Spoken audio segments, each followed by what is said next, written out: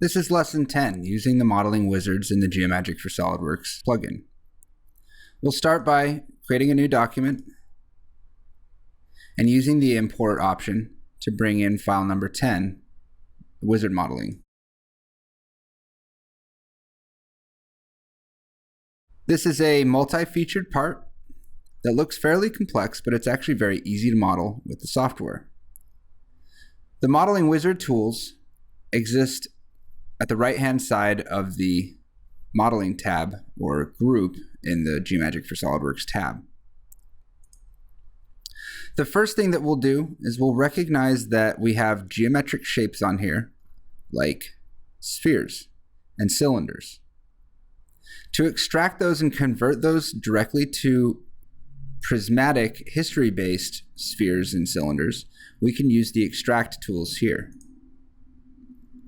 I choose what type of selection I'd like to make, and in this case I'll use Smart Selection because I don't have regions, and I want to make this geometry as a solid. I can also choose to make surfaces.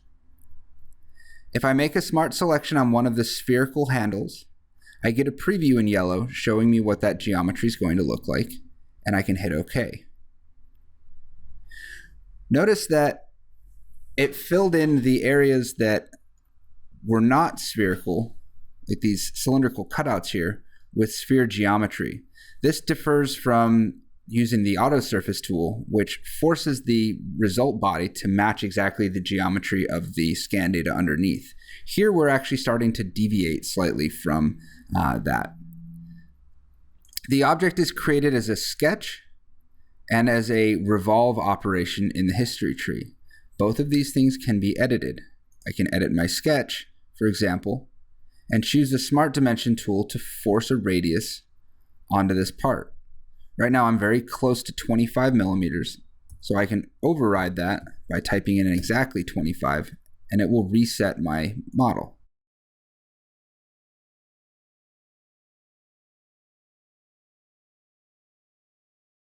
If I'd like to design the base, I can do this as a extract extrusion. What I'll do is again use my Smart Select tool and choose to build this as a solid and select the sidewalls of this extruded shape. The software is going to calculate the profile and build my sketch either as lines and arcs, which is the default, or as a polyline or spline, like we saw in the cross-sections lesson. I can also choose this to be a drafted extrusion, and when I do that, I can see my preview does have a taper. If I turn off the drafted extrusion, this is going to be a straight-walled solid, and it's not going to fit this shape exactly right. So I'll re-enable this.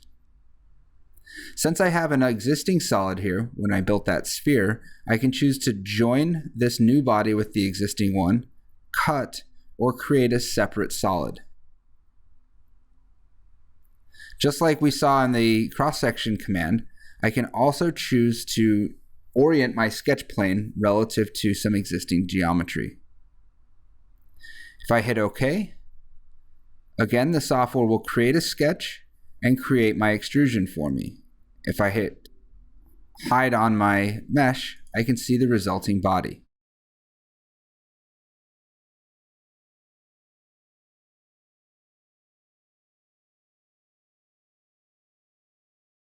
The grooves on these handles are cylinders, and I can extract those cylinders and cut them out using my cylinder command.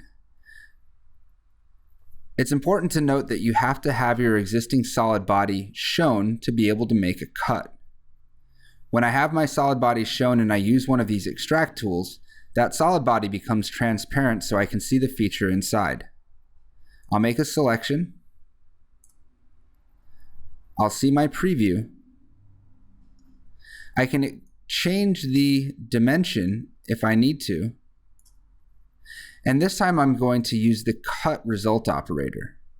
When I hit OK,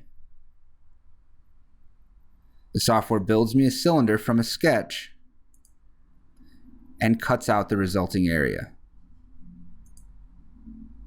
I can use the extract sweep tool to build the faucet here, using the Smart Select to only select the triangles to extract from. This time I want to join this with my original body, and I would like to change the smoothness a little bit lower. This is going to result in a more accurate fit of the path curve to the scan data. I can also control that by increasing or decreasing the number of spline points that the 3D sketch creating the path will have. When I hit OK, the software builds a 3D sketch, and it also builds a 2D sketch for the path.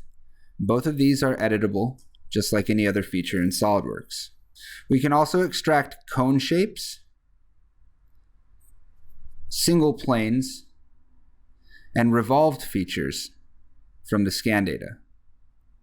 Revolved feature can be extracted like this, and it should give me the same results as my sphere tool did, just in a slightly different manner. This can be a more complex shape than just a basic sphere. The plane tool gives me the option of building a plane as a surface, but it functions very similarly to the reference plane tool we saw before. This time, though, the resulting body is a CAD surface rather than a reference geometry. This concludes the modeling wizard.